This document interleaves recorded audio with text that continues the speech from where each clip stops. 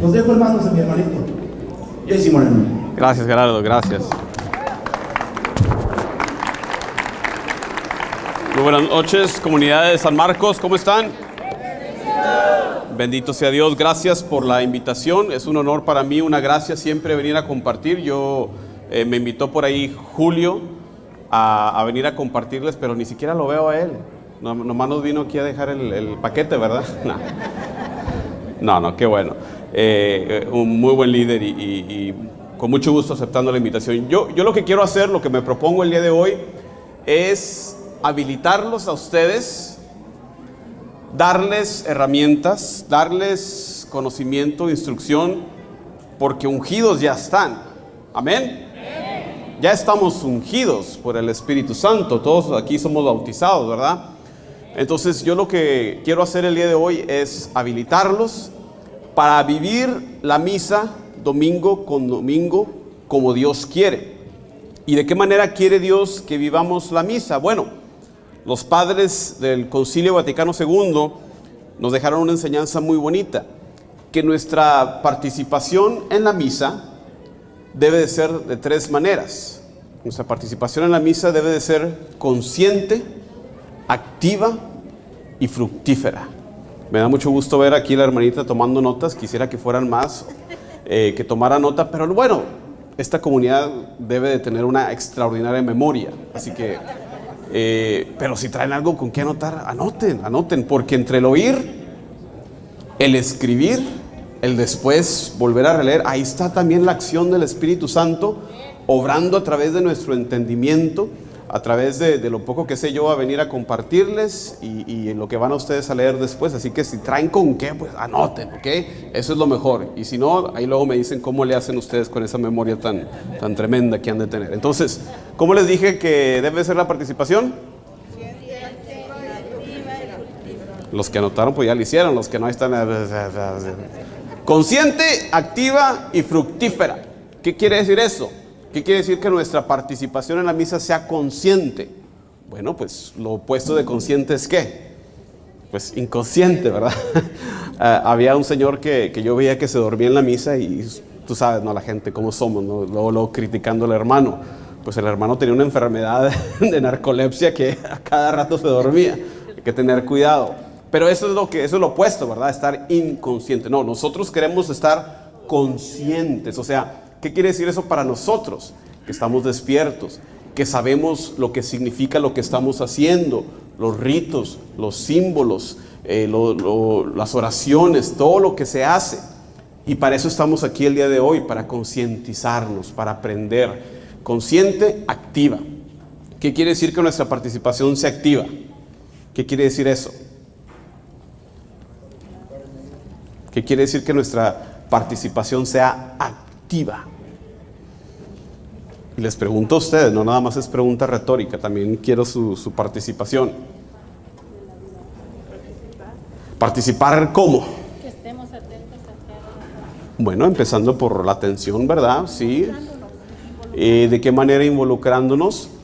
Les voy a contar, porque muchas veces la gente piensa que la participación activa en la misa quiere decir que estoy en la procesión porque voy a ser ministro extraordinario de la Eucaristía, pero de la procesión me bajo aquí al coro a cantar, y luego del coro me bajo a leer, y luego de leer, ¿me explico? No, esa no es una participación activa, ese es un activismo, eso es un protagonismo de querer estar ahí metidos en todo.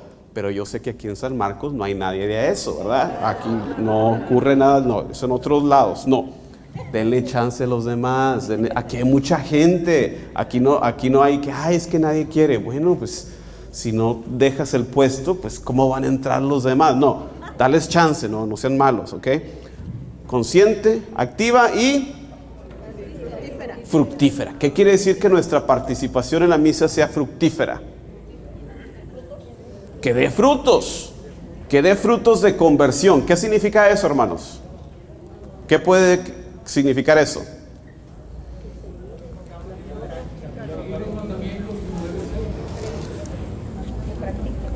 Nos debe cambiar la vida.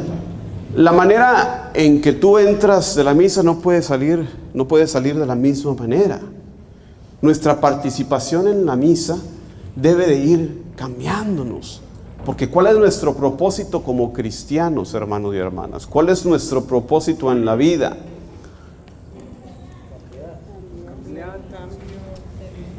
¿Cuál es nuestra meta? Cambiar nuestra actitud ante Santificarnos es una manera de verlo. Se lo voy a poner bien sencillo. Cristianos, tenemos que ser como Cristo. Por eso nos llamamos cristianos. Porque nuestro cometido aquí en la iglesia, esto de la religión, no se trata de seguir ciertos mandamientos, aunque es necesario y es bueno. No se trata de venir a misa todos los domingos, aunque es bueno y necesario.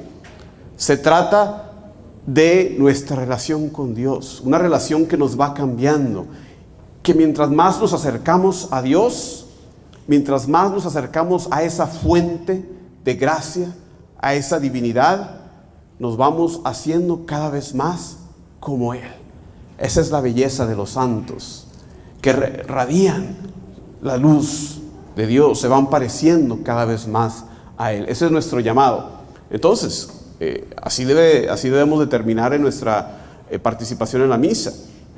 Convertidos, cada vez más enamorados de Dios, cambiados, de manera que no puedo salir yo a hacer lo mismo de antes. Debe de dar frutos nuestra participación en la misa. ¿Tiene sentido todo eso? Participación entonces, ¿cómo era? Consciente, activa y fructífera. Para los que están tomando notas, esto viene de un documento del Concilio Vaticano II que se llama Sacrosanctum Concilium, así como se escucha, escríbenlo, Sacrosanctum Concilium, la Constitución sobre la Sagrada Liturgia, si lo quieres tú ver. Entonces, lo que yo quiero hacer el día de hoy, para que sea nuestra participación consciente, yo quiero que sobre todo trabajar en eso. Quiero dar un repaso de todo lo que pasa en la misa, desde un principio hasta un final, para que nosotros quedemos bien conscientes de lo que estamos haciendo, de que si lo hacíamos por costumbre o de repente sí lo hacemos por amor a Dios, pero no sabemos ni lo que estamos haciendo, bueno, no, que cambie, que estemos bien conscientes de lo que estamos haciendo ahí en la misa. Y me dijeron que tenía hasta las 9 de la mañana para hacerlo, ¿verdad? ¿Sí? Muy bien, muy bien. En una horita lo vamos a tratar de hacer. Así que piensen ustedes, de ahora en adelante, transpórtense ustedes al domingo, a cada misa, porque vamos a repasar paso a paso lo que pasa, lo que estamos haciendo, las posturas. La misa la podemos dividir básicamente en dos partes. ¿Alguien sabe cuáles son esas dos partes? Hay ministros de la liturgia aquí, hay lectores, hay proclamadores, hay ministros extraordinarios, no se escondan. No hay ministros de la liturgia. Como siempre, los que necesitan escuchar no vienen, ¿verdad? En verdad os están escondiendo. Sáquenlos, quémenlos, como dicen ¿cuáles son las partes de la misa, hermano? Son dos, bien sencilla. Son dos, la primera y la segunda, ¿verdad? La liturgia de la palabra y la liturgia de la Eucaristía. Ven, ¿cómo si saben? Nomás así como para sacárselo, ¿verdad? Ya lo saben, ya todos lo saben. Es nada más de invitarlos, de sacarle el conocimiento que ya traen.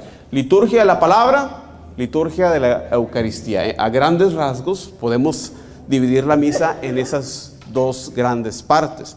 Entonces nosotros comenzamos y dentro de la liturgia de la palabra comenzamos con los ritos de introducción.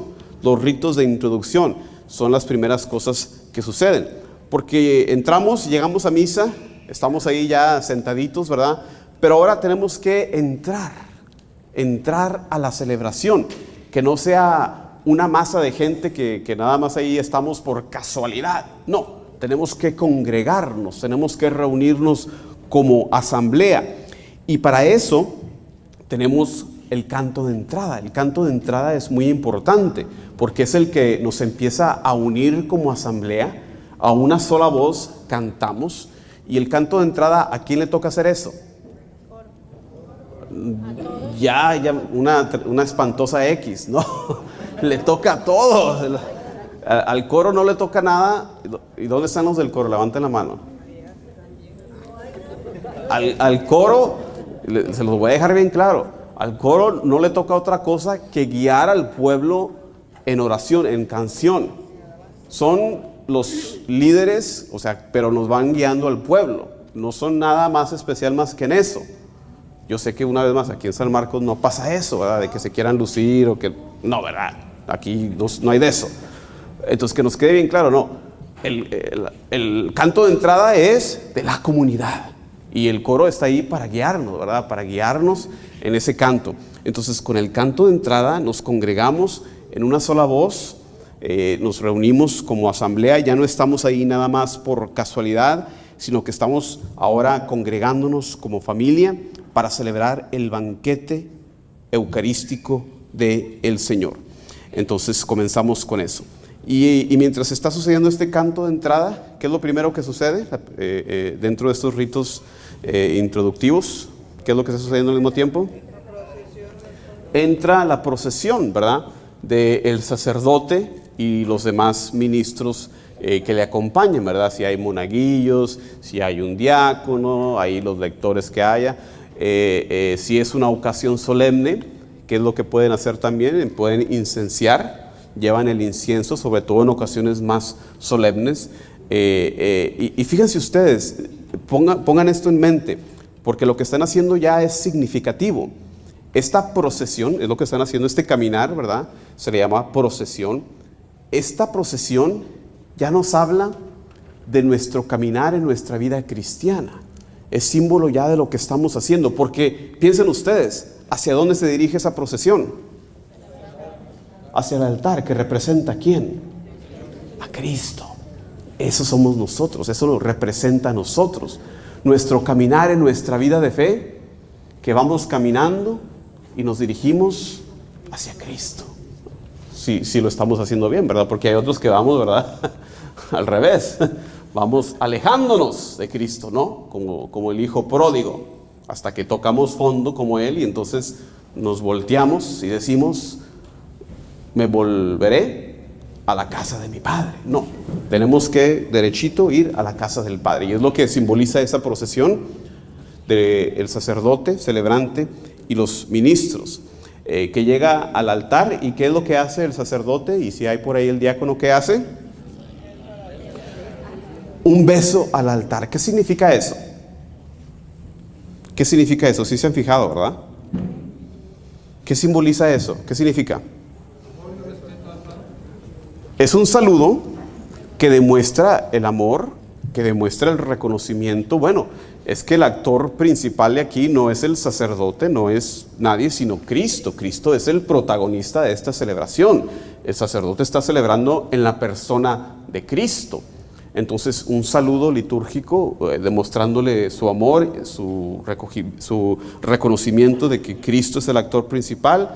Saludan, le dan un beso al altar. Eso es lo que está sucediendo. Y eso del incienso, ¿qué simboliza eso? ¿Qué podría significar? ¿Por qué a veces se usa incienso? Una especie de purificación. Puede ser un tipo de purificación. Recuerden ustedes, en el templo antiguo, en el templo judío, había una necesidad incluso práctica de hacerlo, porque si se están sacrificando animales, imagínate cómo estaba el olorcito. Olía no a templo, sino olía como a carnicería, porque se sacrificaban 2 veces por día los animales en el templo judío, y si se sacrificaban animales, tenía que haber animales, y si había animales, pues tenía que haber corrales. Y si estaban animales, pues ¿qué es lo que hacen los animales? Pues ya saben, ¿verdad? Cuando han ido al rodeo, ¿verdad? Que abren las puertas de la arena y les da el olorcito. Bueno, así olía en el templo. Entonces, parte del uso del incienso era práctico, de en realidad limpiar un poco el ambiente tan pesado que se vuelve, ¿verdad? Con los animales y lo que naturalmente hacen los animales. Entonces, sí, hay un cierto sentido práctico. Pero también está el significado de ese salmo que dice que mi oración suba al Señor como incienso, ¿verdad? Entonces también tiene ese significado de que estamos elevando nuestras oraciones hacia el Señor, y lo simboliza eso el incienso. Y también tiene un cierto sentido de misterio, de cómo se envuelve la celebración en este humo, en este incienso. Vemos en el libro de Levítico, capítulo 16, versículos del 12 al 13, que decía: después tomará un incenciario lleno de brasas de fuego del altar delante del Señor, y la nube del perfume cubrirá el propiciatorio. Entonces también un cierto sentido de ese misterio que envuelve la celebración que estamos ahí realizando. Entonces sí, varias cosas es lo que simboliza el incienso cuando se usa. Entonces llegan en la procesión, caminan hacia el altar, lo saludan con un beso. ¿Y qué sigue de ahí? No, ya se saltaron varias cosas. Da la bienvenida, ¿de qué manera? En el nombre del Padre y del Hijo y del Espíritu Santo. Nos santiguamos, hacemos la señal de la cruz, y ya la señal de la cruz es un resumen ya de nuestra fe, ¿verdad? Es un resumen ya brevísimo de la pasión, muerte y resurrección de Jesús, en el nombre del Padre, del Hijo y del Espíritu Santo. Nos recuerda ya nuestro bautismo, porque precisamente fuimos bautizados en el nombre del Padre y del Hijo y del Espíritu Santo. Por eso cuando entramos al templo y nos mojamos con agua bendita, ¿y qué hacemos? Estamos recordando nuestro bautismo cuando hacemos eso. Si lo hacen nomás por costumbre, acuérdense de eso, es un recuerdo de su bautismo. Cuando se santiguan, entran con el agua bendita y hacen la señal de la cruz. Es un recordar de nuestro bautismo. Entonces se hace la señal de la cruz, se invoca el nombre de Cristo, nos recuerda el bautismo, nos recuerda también la Eucaristía, que tiene que ver mucho con la cruz de Cristo. Y se hace ahí ahora el sacerdote un saludo litúrgico a la congregación. ¿Cuál es el saludo litúrgico? ¿Qué onda? ¿Cómo están? No, ¿verdad? Ese es un saludo para ti, para mí, ¿verdad? ¿Cómo está, raza? Aunque algunos padres llegan y hacen algo diferente, pero ¿cuál es el saludo litúrgico? Ya lo dijo aquí enfrente la hermana. El Señor esté con ustedes. ¿Y la respuesta? Y con tu espíritu, ¿verdad? Es un desear, ¿verdad? Que no solamente el desear, sino el ya saber, el pronosticar que Dios se va a hacer presente, porque Él nos lo prometió, que donde 2 o 3 nos reuniéramos, ahí va a estar Él presente. Entonces expresa no nada más el deseo, sino el reconocimiento y el saber que se va a hacer presente ahí el Señor. Y decir, y con tu espíritu, pues el espíritu es la parte más esencial, más central de la persona. Entonces estamos respondiendo ese saludo con ese deseo de que también el Señor esté en lo más profundo del ser del sacerdote celebrante. ¿Ok? Muy bien. Entonces hasta ahí estamos con los primeros ritos introductivos de lo que es la misa. ¿Qué sigue de ahí? Cierren los ojos, recuerden cada domingo. ¿Qué sigue de ahí?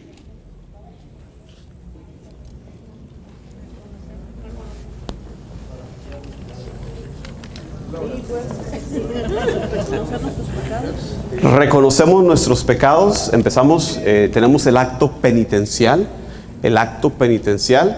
que usualmente toma la forma del yo confieso ante Dios Todopoderoso y ante ustedes, hermanos, que he pecado mucho de pensamiento, palabra, obra y omisión, ¿verdad? Y es que estamos pasando por un proceso, estamos con el sacerdote, que lo hizo de parte de nosotros, estamos entrando a la presencia de Dios. Y al entrar en la presencia de Dios, ¿cuál debe ser la reacción del ser humano? No somos dignos de estar aquí. Reconocer nuestro estado pecador. No somos dignos de estar ahí. Por eso lo reconocemos y decimos, yo confieso que yo soy pecador. Eso es lo que estamos haciendo en la misa. Que sí, aparte de eso también, cuando es la temporada de Pascua se cambia, porque no se hace el rito penitencial de esa manera, sino que se hace la aspersión, ¿verdad? Con el agua bendita. Entonces esa es otra manera que toma el rito penitencial durante la Pascua. ¿Qué sigue del rito penitencial?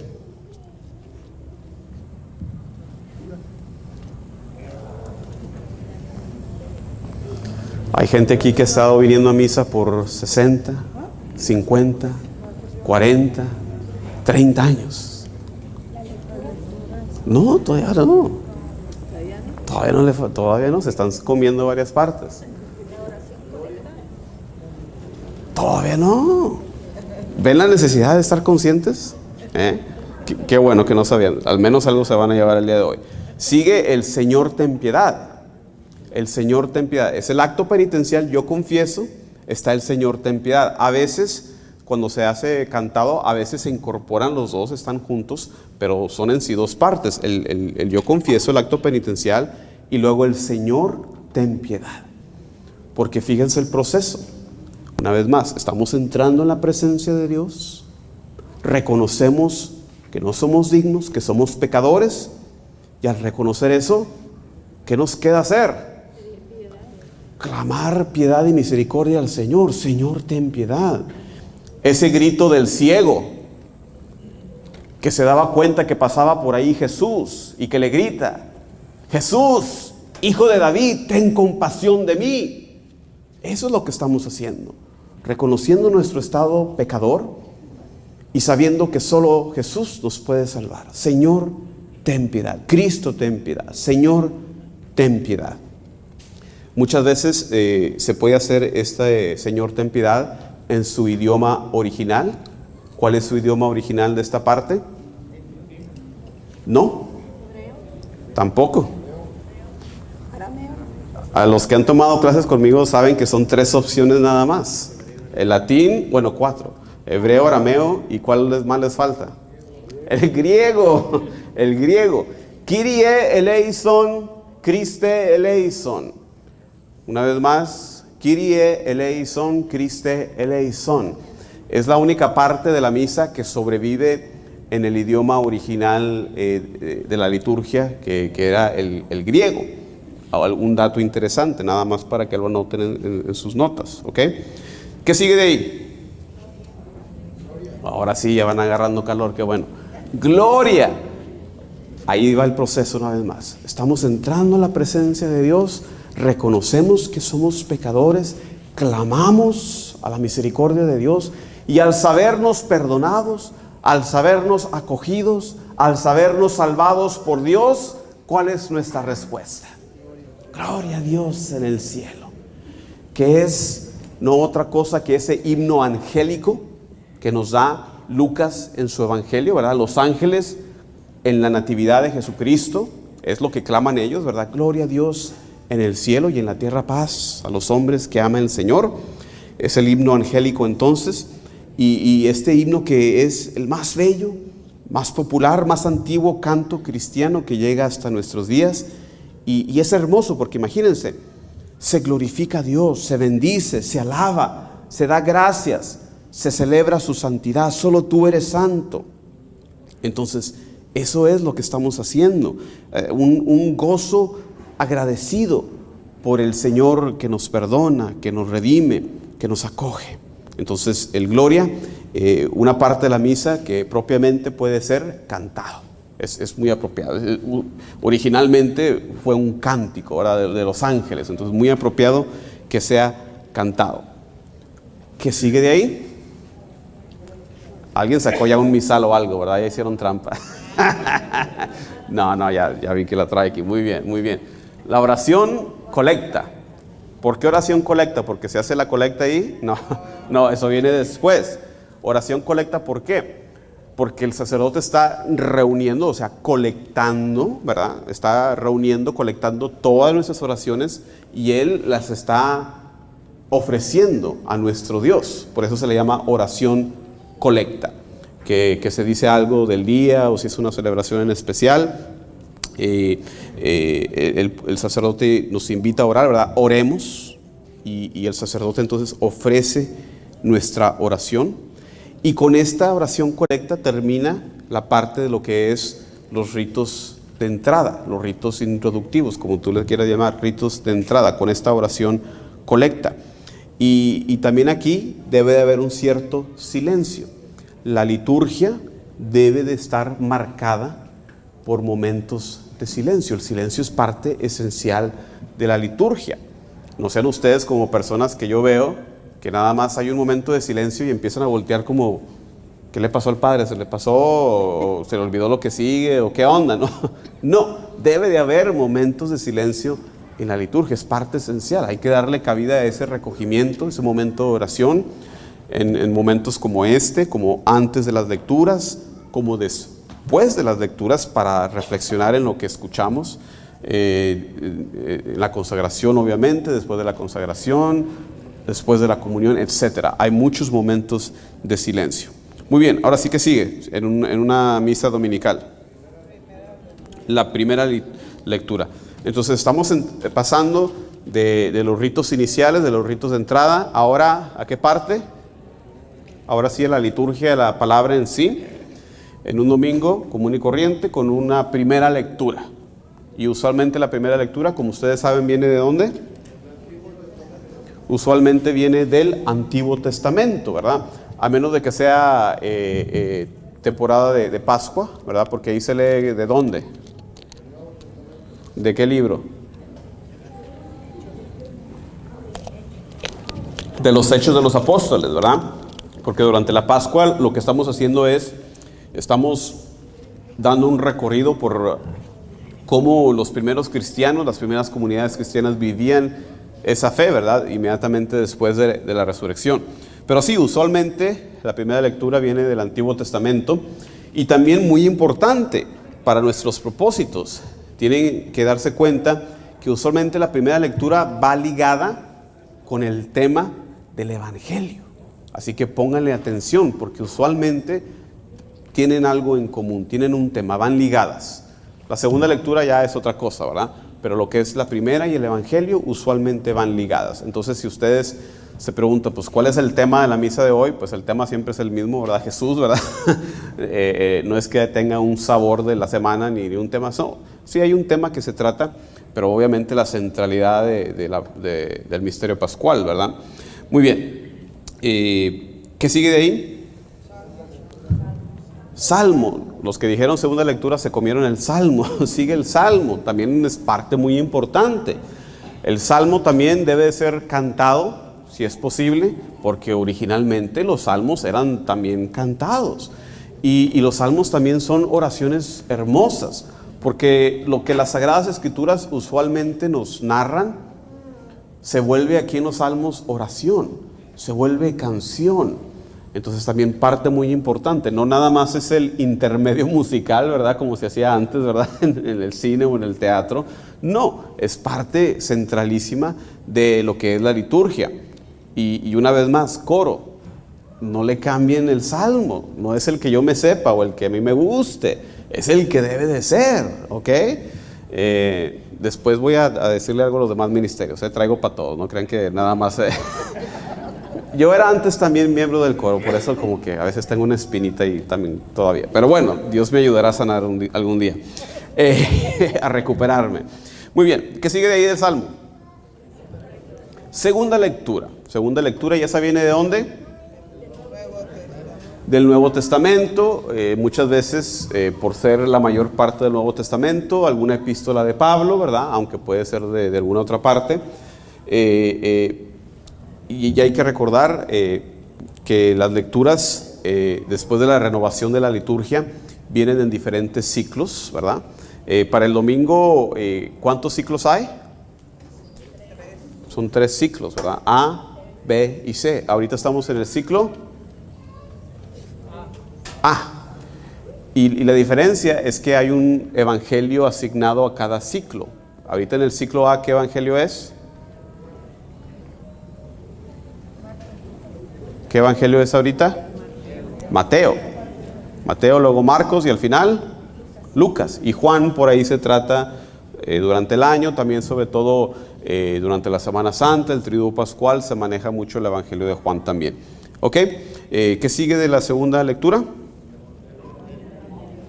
Bueno, incluso antes del evangelio, el aleluya, la proclamación antes del evangelio, eso también una parte importante que no puede faltar. El aleluya, que es una palabra que viene, a ver otra vez, la lingüística, a ver si ahora sí la atinamos. ¿De qué lenguaje viene? No, no viene del griego. Viene del hebreo. El aleluya viene del hebreo. Entonces, una vez más, un término que viene desde los tiempos de Jesús, desde el lenguaje que usaban los judíos, que usan los judíos hasta el día de hoy en su culto. Aleluya, que significa alabad a Yahvé, alabad al Señor. Una invitación a la alabanza, a la alegría, al júbilo. Es esta proclamación antes del Evangelio, que también lleva por ahí un verso, ¿verdad? Un versículo que también se proclama ahí en el Aleluya, que es en sí un rito propio, ¿verdad? Y se dice el Aleluya todos los tiempos excepto en la... ¿Cuándo no hacemos Aleluya? En la Cuaresma, sí. En la Cuaresma hay otro tipo de aclamación. Entonces, una vez más, coro, ya saben, no vayan a salir con un aleluya, ya saben. En el tiempo de la Cuaresma hay otra aclamación. También para que queden bien instruidos, hay otra parte que va después de aquí en 2 ocasiones especiales del año, que se llama la secuencia. Hay una secuencia de Pentecostés, hay una secuencia de Pascua.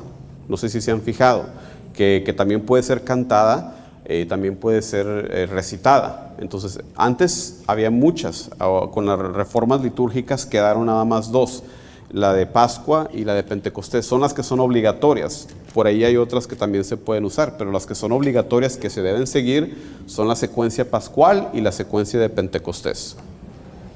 Ahora sí, ¿qué sigue después de la proclamación antes del Evangelio? ¿Qué sigue? Pues ahora sí el Evangelio, ahora sí el Evangelio, ¿verdad? Y ahí cambia nuestra postura, ¿verdad? Ahí cambia nuestra postura, porque de estar ahí sentaditos, ahora ¿cómo estamos? ¿Por qué? ¿Qué significa eso? Significa respeto, sí, claro. Porque en las demás lecturas, sí, claro, son palabra de Dios, todas ellas, Antiguo Testamento, el Salmo, el Nuevo, todas ellas palabra de Dios. Pero ahora en el Evangelio vamos a escuchar las palabras mismas de Jesús, un poco diferente. Entonces por eso nos ponemos de pie, signo de respeto, pero también yo creo como disposición a la acción. Porque lo que vamos ahí a escuchar proclamado en el Evangelio nos va a llamar a hacer algo. Entonces más fácil saltar a la acción estando de pie que estando pues ahí arranaditos, ¿verdad? Entonces más pronto salimos a la acción. Estamos listos para hacer, para actuar, para seguir eso que Jesús nos va a decir en el Evangelio, ¿ok? Si se ha usado el incienso, ¿verdad? Se pasa también a hacer una inciensación. Cuando hay los ministros adecuados, se hace otra mini procesión, ¿verdad? De donde están ahí, los monaguillos acompañan ya sea al sacerdote o al diácono. Cuando está presente el diácono, ¿quién es el que hace la proclamación del Evangelio? El diácono. Si está presente el diácono, tiene que hacer, le toca al diácono hacer la proclamación del Evangelio. ¿Sí sabían eso? Si ustedes ven en la televisión una misa del Papa, el Papa nunca se para a proclamar el Evangelio, ¿verdad? Siempre es un diácono, porque la proclamación de la palabra de Dios no es función presidencial, sino es una función ministerial, y el diácono precisamente fue ordenado. Parte de los ritos significativos que hacen durante la ordenación del diácono es que le colocan un libro de los evangelios, ¿verdad? Como casita sobre la cabeza del diácono, indicando precisamente su llamado a proclamar, a predicar la palabra de Dios. Entonces, estando presente el diácono, le toca al diácono hacer la proclamación del evangelio. Y obviamente también puede predicar la homilía, etcétera, etcétera. Entonces, ¿qué sigue de ahí del evangelio? La homilía. La homilía es una parte también muy antigua de la liturgia de la iglesia. De hecho, la homilía era ya una práctica de nuestros hermanos los judíos. Si ustedes se fijan, por ejemplo, en el Evangelio de Lucas capítulo 4, cuando va Jesús a la sinagoga, ¿verdad? Y que le dan el rollo del profeta Isaías, ¿verdad? Y se pone a proclamar, ¿verdad? Que lo que Isaías había cumplido ese día, ¿verdad? Se está cumpliendo en mí. Le devuelve el rollo y él se pone a predicar. Entonces los que son proclamadores están en buena compañía, porque Jesús igualmente era lector. Pero ahí vemos un ejemplo, ¿verdad? De cómo era el servicio de los judíos. ahí vemos cómo la homilía desde ese entonces estaba presente. Entonces nuestro culto mantiene esa parte muy antigua que debe ser una explicación sobre las lecturas, de cómo nosotros debemos de vivir, cómo debemos responder a la palabra de Dios. Y como ya les dije, la homilía la debe hacer el sacerdote o el diácono, ¿verdad? Son las únicas dos personas que pueden hacerlo. Obviamente el obispo también, ¿verdad? Obispo tiene la plenitud del orden sacerdotal. Muy bien, ¿qué sigue de ahí?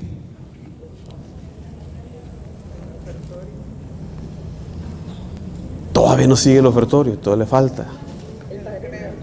No, el Padre Nuestro, no, ya te saltaste. La profesión de fe.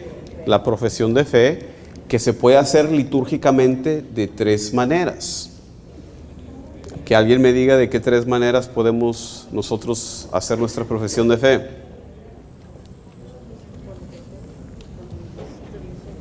El que me diga esas tres, les invito a un café. Ah, no, si cobran, ¿verdad? No. Yo pensé que era gratis, no.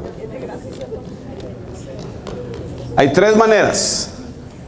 El credo corto, muchas veces, que es el credo de los apóstoles propiamente. El credo largo, que propiamente se le denomina más bien el credo niceno-constantinopolitano. ¿Creen ustedes? Y profesamos también nuestra fe a veces en la misa, pero sobre todo en el rito bautismal, con esa profesión de fe de preguntas y respuestas. ¿Creen ustedes en Dios Padre Todopoderoso, Creador del cielo y de la tierra? Teníamos un padre una vez que le gustaba mucho el fútbol, y cuando quería salir así rapidito a ver el partido, todo eso lo acortaba así el credo así rapidito, salíamos en media hora, ¿verdad? No, hay ocasiones que sí, se puede hacer muy bien, y sobre todo en el rito bautismal, así que sí, no tiene nada de malo, ¿verdad? Ahora sí, ¿qué sigue después del credo?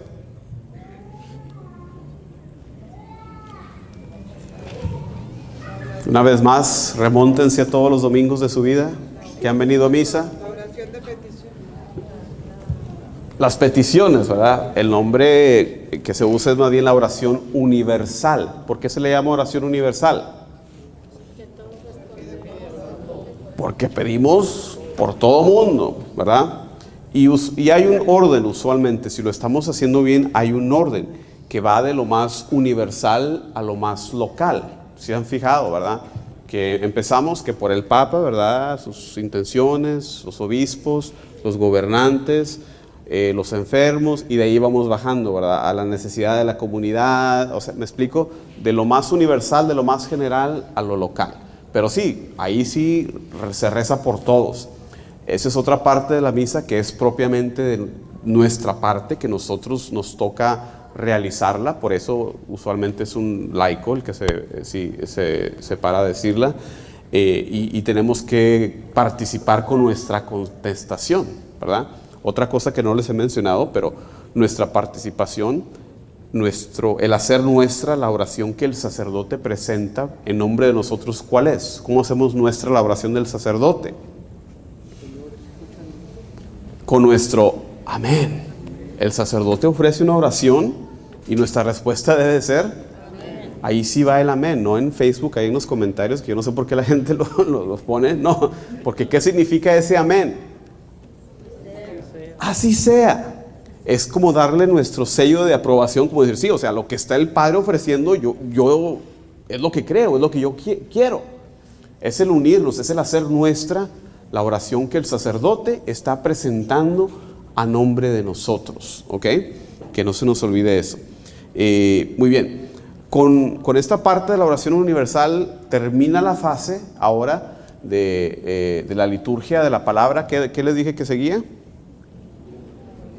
La liturgia ahora eucarística, la liturgia eucarística, comenzando con la preparación de los dones. Es la primera parte aquí de la liturgia eucarística, la preparación de los dones. Se llevan los dones al altar, estas especies que por la acción del Espíritu Santo, la oración del sacerdote, se convertirán en el cuerpo y la sangre de Cristo. Comenzando con preparar el altar, ¿verdad? Se hace una preparación del altar.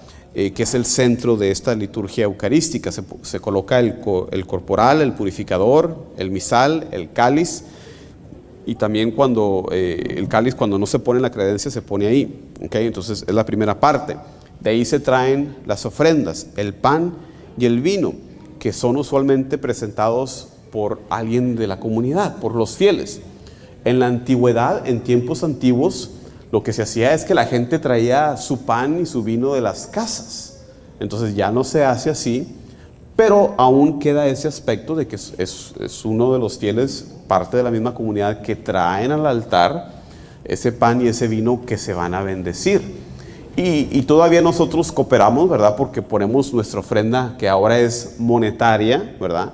Ya no es como antes, ya no traemos pan, ni vino, ni gallinas, ni lo que antes se ofrecía. No, ahora es una ofrenda monetaria, ¿verdad? Que se usa pues para las necesidades de la iglesia.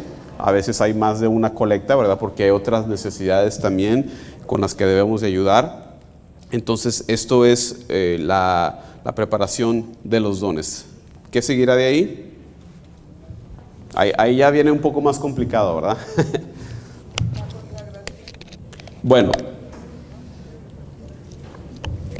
les voy a dar un pase porque es así, ya se pone más complicado. Después se hace lo que es la presentación del pan. Pero esto, escuchen, esto es lo que dice el Padre para que lo reconozcan. La oración que hace el sacerdote con la presentación del pan dice: bendito sea, Señor, Dios del universo, por este pan, fruto de la tierra y del trabajo del hombre, que recibimos de tu generosidad y ahora te presentamos. Se hace presentación del pan. Él será para nosotros pan de vida. Ya lo ubicaron la oración. Esa es la presentación del pan. Después de ahí, el sacerdote hace, no sé si se han fijado, pone un poco de agua en el vino. ¿Sí se han fijado? Sí. ¿Qué significa eso? Nos recuerda, ¿verdad?, a ese evento durante la crucifixión, cuando es traspasado el costado de Cristo. ¿Qué sucede? Sale agua y vino, ¿verdad? Nos recuerda eso.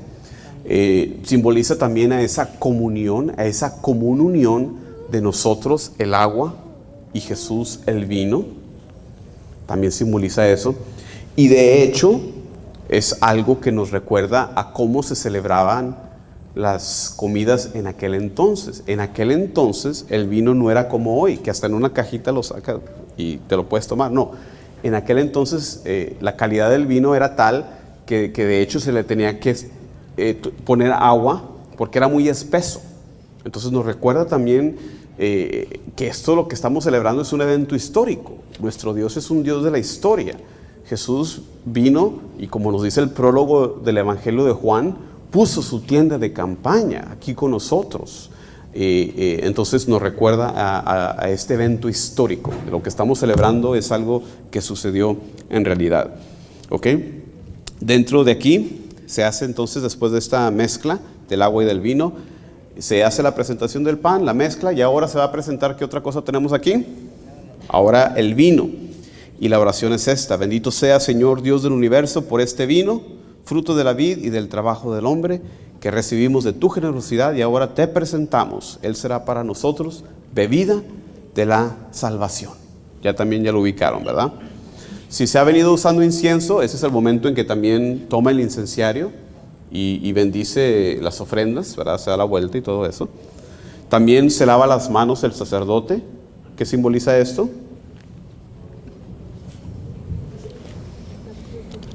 Su propia purificación. Él también está haciendo una preparación ritual. Él está lavándose, purificándose también él mismo, ¿sí? Y dice una oración que usualmente la hace en secreto, la hace bajita, entonces nunca se oye, pero simplemente está diciendo: lava, Señor, del todo mi delito, limpia mi pecado, que viene en sí del Salmo 50. Es una oración bíblica. Eso es lo que está diciendo el sacerdote durante este lavado. ¿Okay? De ahí viene una oración sobre las ofrendas, donde el sacerdote le pide a Dios que acepte con bondad las ofrendas que le presenta la iglesia, que sean agradables a sus ojos.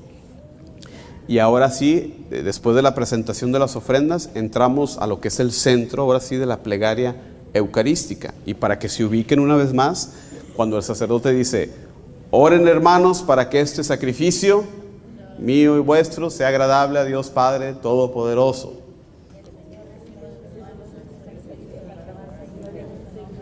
Ese es el comienzo, ahora sí, central, el centro de la celebración, lo que es la plegaria eucarística.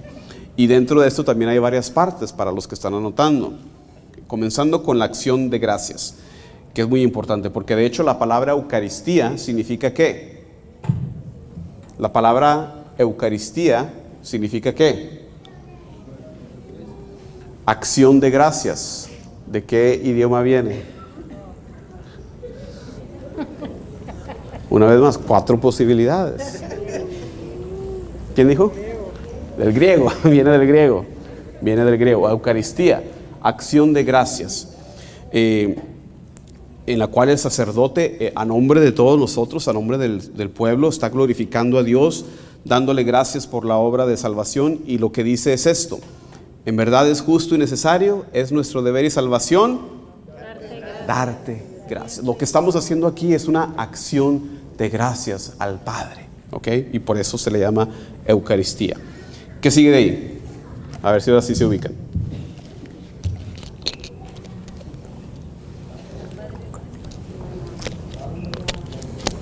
Por eso con los ángeles y los santos aclamamos todos a una sola voz, Santo. La parte técnica de esta parte es la aclamación o santo, ¿verdad? Con esto aclamamos como asamblea, nos unimos a la jerarquía de los ángeles cantando estas alabanzas a Dios. El santo viene tanto del libro del profeta Isaías: santo, santo, santo es el Señor, lleno está la tierra de tu gloria. Y acuérdense que eso decir santo, santo, santo es porque en el idioma original, en el hebreo, no tienen esas palabras como nosotros para decir santísimo. Entonces se repite para decir el más santo, el santísimo, ¿verdad? Santo, santo, santo. Entonces eso viene de Isaías 6:33, y la otra parte viene de Mateo 21, versículo 9. Bendito el que viene en el nombre del Señor, hosana en el cielo. Entonces de ahí se deriva lo que es la aclamación. Después de ahí una parte también muy importante que se llama epiclesis, que es la invocación del Espíritu Santo, porque todo lo que ocurre aquí, ¿verdad? Toda la acción sacramental de la iglesia ocurre por la acción del Espíritu Santo. Y lo que está diciendo el Padre en la oración es esta, para que nos ubiquemos, cuando dice: por eso, Padre, te suplicamos que santifiques por el mismo Espíritu estos dones que hemos separado para ti, de manera que se conviertan en cuerpo y sangre de Jesucristo, Hijo tuyo y Señor nuestro. Es la invocación del Espíritu Santo, parte importantísima de lo que estamos haciendo. Después viene ahora sí lo que es la narrativa, la institución, ¿verdad? La última cena, la noche en que nuestro Señor Jesucristo estaba reunido, etcétera, etcétera, ¿verdad? Todo lo que hizo Jesús, palabras que nos vienen tanto de los evangelios, como también tenemos testimonio de la carta a los Corintios de parte de San Pablo. Viene ahí la narración de la institución. Otra parte también muy importante se llama anamnesis, puros términos griegos, y porque ese es el origen de la liturgia, ¿verdad? Viene del griego. Así pues, Padre, al celebrar ahora el memorial de la pasión salvadora de tu Hijo, de su admirable resurrección y ascensión al cielo. Anamnesis, ¿a qué se parece esa palabra? ¿A qué otra palabra que ustedes conocen? Amnesia, es la misma raíz, memoria, memorial, anamnesis, ¿ok? Y es lo que estamos haciendo un memorial, obviamente mucho más que un memorial, porque en el concepto judío y de nosotros también que heredamos de nuestros hermanos los judíos, el hacer un memorial es un hacer presente. Lo que hacen los judíos en la cena pascual no es simplemente un recordar esos eventos, sino hacerlos presentes en nuestro hoy en día, lo que sucedió en aquel entonces. Por eso también muy significativo. Anamnesis, y luego una oblación, que significa una ofrenda. Te ofrecemos en esta acción de gracias el sacrificio vivo y santo. Dirige tu mirada sobre la ofrenda de tu iglesia y reconoce en ella la víctima por cuya inmolación quisiste devolvernos tu amistad. ¿Me explico? Entonces, todo esto que hemos oído cada domingo es una parte esencial de la misa. De ahí se hace intercesiones. Si se está haciendo, hay varias plegarias eucarísticas. Si se está haciendo la plegaria eucarística número 1, que es la más larga, por ahí también se menciona intercesiones a los santos. No sé si han dado cuenta que se mencionan por ahí a varios santos. Y al final termina con una doxología, algo que se llama doxología. Cuando dice: por Cristo, con Él y en Él, a ti Dios Padre omnipotente, en la unidad del Espíritu Santo, todo honor y toda gloria por los siglos de los siglos. Amén.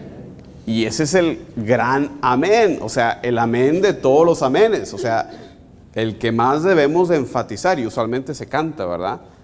Porque ahí donde estamos diciendo así sea a la parte más importante de la misa. Entonces, si es cantado, pues hay que cantarle con fuerza, ¿verdad? Porque es la parte más importante.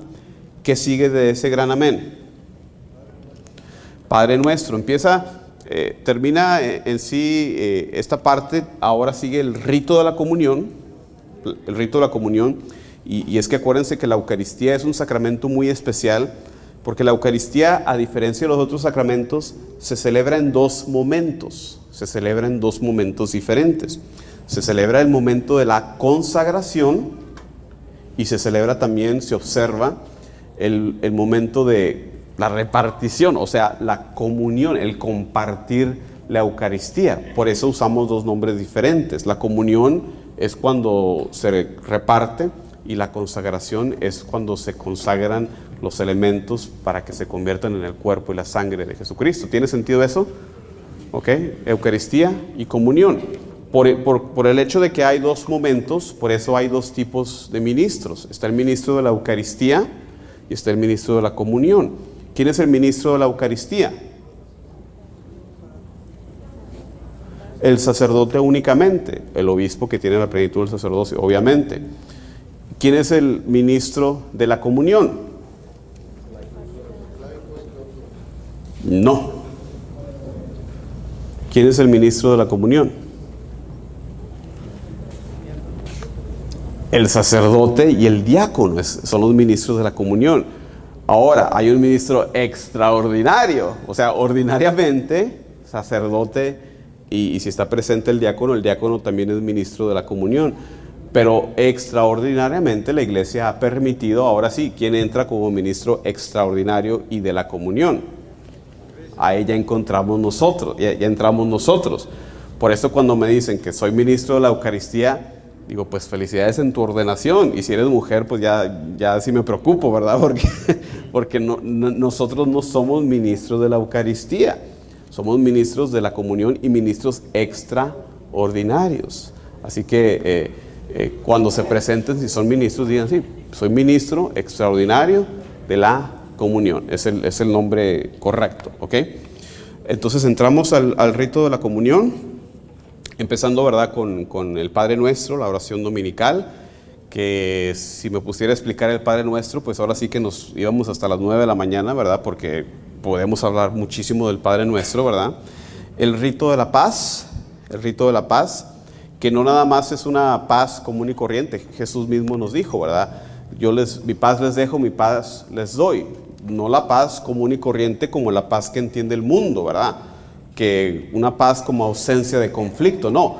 Estamos hablando más bien de shalom, de ese término hebreo que significa mucho más de lo que nuestra palabra paz significa.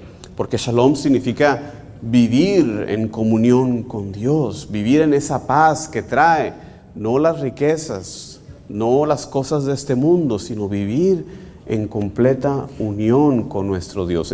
Y eso es lo que estamos deseando cuando nos saludamos y nos deseamos la paz. Entonces también parte muy importante. En ese momento, cuando se está dando el rito de la paz, se está cantando se canta el Cordero de Dios, que es otra parte que le toca a la comunidad, ¿verdad? Le toca a la comunidad. El sacerdote al mismo tiempo está haciendo ¿qué? Está haciendo la fracción del pan. La fracción del pan. Un gesto también muy antiguo, parte de la cena de Pascua, rito que Jesús mismo realiza, muy significativo, ¿verdad? Porque vemos, por ejemplo, hacia el final del Evangelio de Lucas, ¿verdad? Con los discípulos camino de Maús que tienen ese encuentro con el Jesús resucitado y no le reconocen ¿hasta cuándo? Hasta la fracción del pan. Y de hecho ese es el nombre inicial, el nombre más primitivo de la Eucaristía, la fracción del pan. Entonces también muy, muy importante. Se hace también, no sé si se han fijado, que pone un trozo, un pedazo de la hostia ya consagrada y lo pone, ¿verdad? ¿Sí se han fijado? ¿Qué significa eso?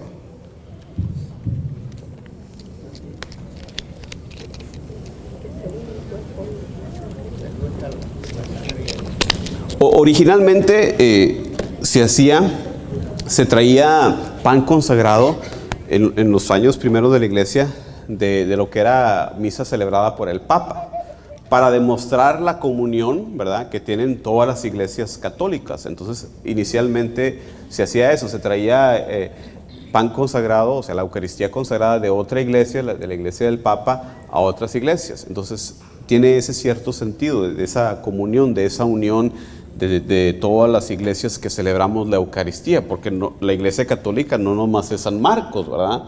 No nomás es la diócesis de Galveston, Houston, no, la iglesia es en todo el mundo, ¿verdad? Entonces simboliza eso.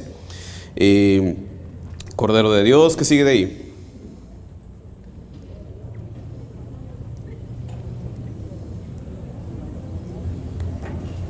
Ahora sí la comunión, ¿verdad? Ahora sí la comunión. Terminado de darse la comunión, hay un momento de oración, un momento de recogimiento, como les comenté, un momento de silencio, también muy importante. Y después, ya al final, tenemos ritos de conclusión. Tuvimos ritos de entrada y ahora tenemos ritos de conclusión. Los avisos parroquiales, pues en sí no son tanto litúrgicos, o sea, si hay anuncios, ok, ves la ordenación que manda el Vaticano, dice, ok, si hay anuncios, pues que vayan aquí, ¿verdad? Pero en sí no son parte de la liturgia. Breves avisos. Hay una vez más un saludo. ¿Cuál fue el saludo inicial? Al principio de la misa. Pues aquí al final hay otro saludo. ¿Y cuál es? El mismo. El Señor esté con ustedes y con tu espíritu. La bendición de Dios Padre Todopoderoso, ¿verdad? Entonces, una vez más el saludo, la bendición del sacerdote, y luego, si está el diácono presente, ¿qué es lo que hace? Nos da la despedida, muy significativo también. ¿Qué es lo que dice el diácono, o si no es el diácono, el sacerdote en esa despedida? ¿Qué nos dice? Vayan, sálganse, o sea, no nos está corriendo tampoco, sino que lo que aquí celebramos, lo que aquí recibimos, es ahora nuestra labor, el ir afuera al mundo a compartir esa gracia. Estamos llamados nosotros como cristianos a ser otros Cristos en el mundo. ¿Sí sabían eso, verdad? Esa es nuestra labor, de salir ahí de la misa y de llevar esa presencia de Cristo que ahí recibimos, llevarla al mundo. Ese es el papel de los laicos, llevarla a donde no alcanza pues el padrecito o el obispo o lo que sea. Nosotros estamos llamados a hacer eso, y el diácono es el que tiene encargado esa despedida. ¿Okay? Se despiden, hacen la despedida, una vez más beso al altar, ¿verdad?, del sacerdote, si hay otros sacerdotes, o el diácono, y una vez más otra procesión hacia afuera. Y ahí es lo que se trata la misa, de cada paso de ella, para que quedemos bien conscientes, para que sepamos lo que estamos haciendo. Es muy importante, ¿verdad? Porque ya vieron, muchos de nosotros toda nuestra vida hemos estado ahí, pero si me preguntas, ¿verdad?, ¿qué estamos haciendo? Pues a veces no sabemos ni contestar, ¿verdad? ¿Por qué estamos haciendo eso, verdad? Es muy importante para nosotros. Da mucha tristeza ver cómo los hermanos muchas veces nomás se nos atraviesa lo más mínimo, un juego de fútbol o algo, ya no fuimos a misa, ¿verdad? De béisbol, lo que ustedes quieran, las mujeres de compras, o yo no sé, ¿verdad?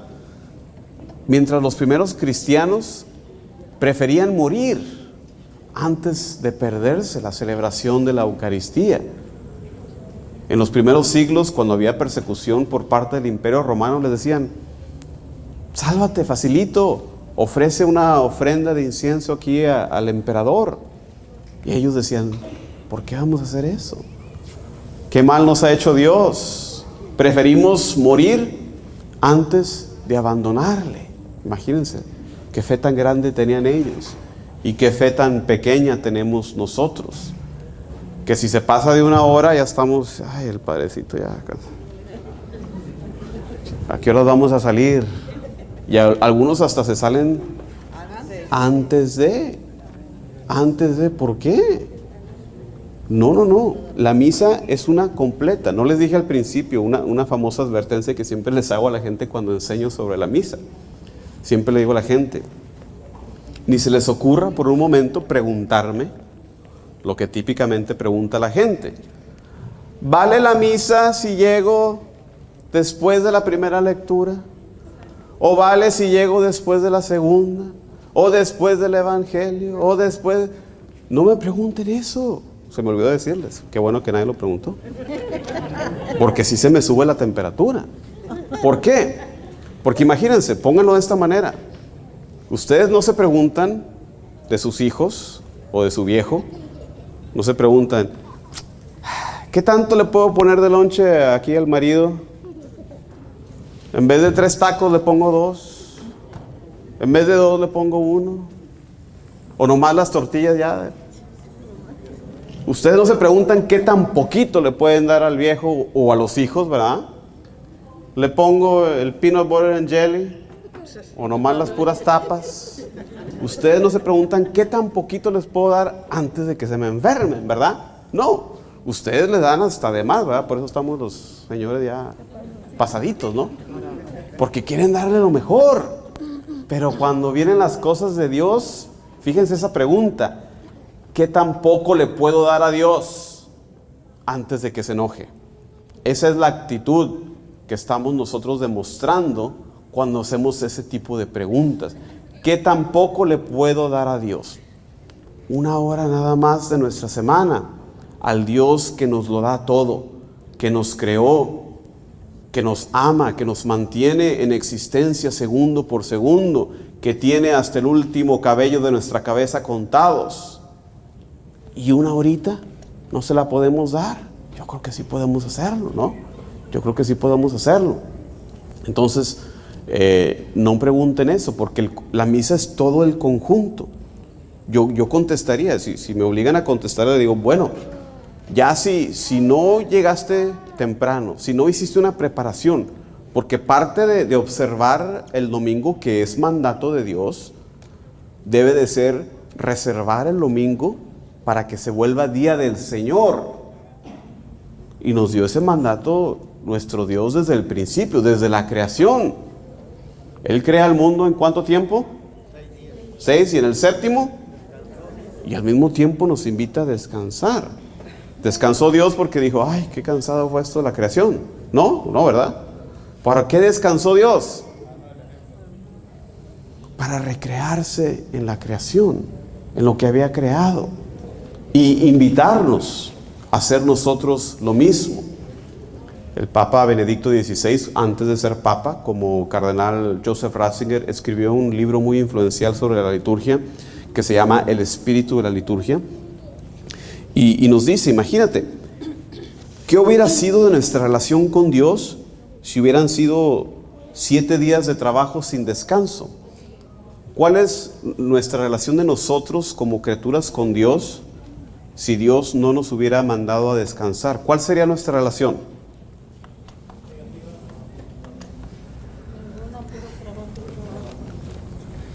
Sería una relación de esclavos con amo. Pues puro trabajo. Sin embargo, el descanso hace que nuestra relación sea ¿cuál? ¿Cuál es nuestra relación con Dios?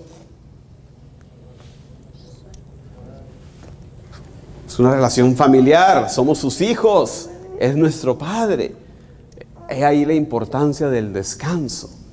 Hace que nuestra relación con Dios se vuelva una relación familiar. Dios es nuestro Padre. somos sus hijos con el bautismo. En el mismo libro nos decía el cardenal Ratzinger, que después se convirtió en el Papa Benedicto XVI, la gran importancia de la liturgia, y quiero cerrar con eso porque es una gran importancia. Tiene una importancia cósmica, dice él, y nos pone de ejemplo desde el principio. ¿Cuál es la razón que Dios salva, libera a su pueblo de Egipto? ¿Por qué sacó Dios a su pueblo de Egipto? Pensaría uno usualmente, bueno, pues, porque ser esclavo es bien gacho, ¿no? Pues, ¿va? Realmente no. Esclavos del trabajo. Realmente no. Fíjate lo que dice el libro del Éxodo. Cuando va Moisés al faraón le dice el Señor Dios, deja salir a mi pueblo para rendirme culto, dice el Señor. La razón para la liberación del pueblo no es nomás para liberarlos, que es algo bueno, sino que esa libertad va orientada a nosotros servir a Dios. Nuestra labor como criaturas es rendirle culto, y nuestra libertad no es como el mundo la ve el día de hoy, que es más bien un libertinaje para hacer lo que se nos dé la gana. No, nuestra libertad está orientada a servir a Dios, y esa libertad la ejercemos, esa libertad de hijos de Dios que nos ha dado, la ejercemos nosotros yendo a misa todos los domingos. Y vamos a misa porque nosotros lo necesitamos, porque nosotros necesitamos de esa gracia. Dios no tanto, Él no nos necesita, porque nosotros somos los que necesitamos a Dios. Entonces, yo los invito a que renovemos ese amor, que renovemos esa fe, que usualmente los que están aquí la tienen. Entonces les toca invitar a los que no vinieron, ¿verdad? Pero ya van más habilitados, ya van más instruidos en lo que significa, en lo que estamos haciendo. Entonces, con esas palabras, eso era lo que quería compartir con ustedes el día de hoy. Entonces, muchísimas gracias por la invitación. Espero que se hayan llevado algo. Aprendieron de perdido por ahí 1 o 2 palabras griegas. Cerramos en oración. Vamos